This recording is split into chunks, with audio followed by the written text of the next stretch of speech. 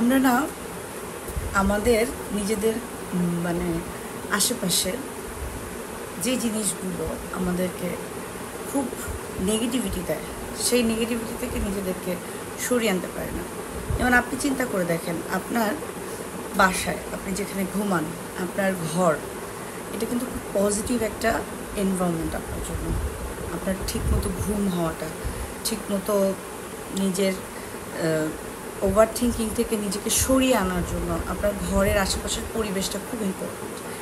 আপনি যদি আপনার বিছানাপত্র, ঘর প্রতিদিন পরিষ্কার করেন এবং মাসে একবার চেষ্টা করেন এগুলোকে দিক পরিবর্তন করার, তাহলে আপনি দেখবেন আপনার প্রতিদিনের রুটিন লাইফ থেকে বোরিং একটা ভাব থেকে আপনি অনেকাংশে বেরিয়ে আসবেন।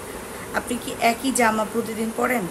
আপনি কি একই একই পরিবেশে প্রতিদিন প্রতি মুহূর্ত থাকতে পছন্দ করেন? আপনার অফিসের পরিবেশ একরকম হয়, আপনার বাড়ির পরিবেশ একরকম। সেরকম বাড়ির পরিবেশ, আপনার বিছানাটাকে আপনি যদি মাঝে মাঝে পরিষ্কার করেন, আলো বাতাস ঢুকতে দেন, আপনার নেগেটিভিটিকে দূরে সরিয়ে দিয়ে পজিটিভভাবে খুব ইজি ওয়েতে নিজের আশেপাশের পরিবেশগুলোকে যদি পজিটিভ ভাইবস ক্রিয়েট করার চেষ্টা করেন, তাহলে দেখুন মানসিকভাবে আপনি অনেক ভালো আছেন। খোলা বাতাসে আপনি অনেক ভালো থাকবেন, কারণ এসির বাতাস অনেক সময় আমাদেরকে একটা ডিপ্রেসিভ ভাব দিয়ে দেয়। একটা সময় পরে আসলে এত বেশি এসির বাতাস শরীরের জন্য অনেক হার্মফুল। সো আপনি যদি ন্যাচারাল ওয়েতে স্বাভাবিকভাবে সুন্দরভাবে যদি জীবনটা পরিচালনা করতে পারেন, দেখবেন অনেক ভালো আছেন, খুব ভালো থাকবেন।